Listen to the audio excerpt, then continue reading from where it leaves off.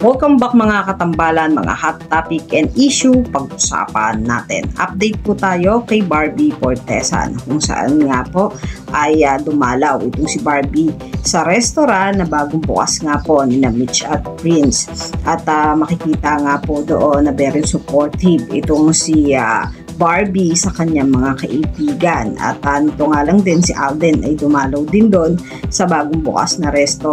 Makikita naman na nag-enjoy itong si Barbie sa kanyang kinain at magkasama nga na nagpa-feature itong si Mitch at Barbie na ipinost naman ni Barbie sa kanyang social media account. Samantalang sa latest sa post nga ni Barbie ay ipinakita nga doon na kasama nga niya itong si Prince at may caption pa nga doon sa post na may barista training din pala ang Barbie namin.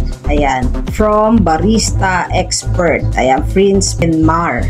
Makikita na nag-enjoy nga itong si Barbie kasama nga itong si Prince na nagtitimpla nga ng masarap na kape. Ito po ay sa Sugar High na kung saan nga pagmamayari nga po nila ni Mitch. At tuwa naman itong si Barbie na nakapagtimpla nga siya ng kape.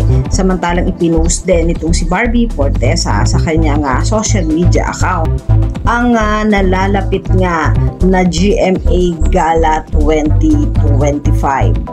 At ito nga po ay 75 days to go. Ayan po ang GMA Sparkle Artist Center na malapit na nga po ang GMA Gala na talaga namang aabangan sa mga suot ng mga artista at talent ng GMA.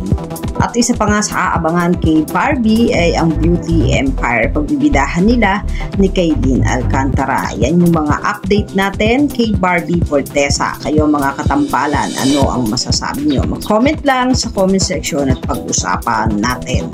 Yan ang mga hot topic and issue dito lamang sa Tambalang JK.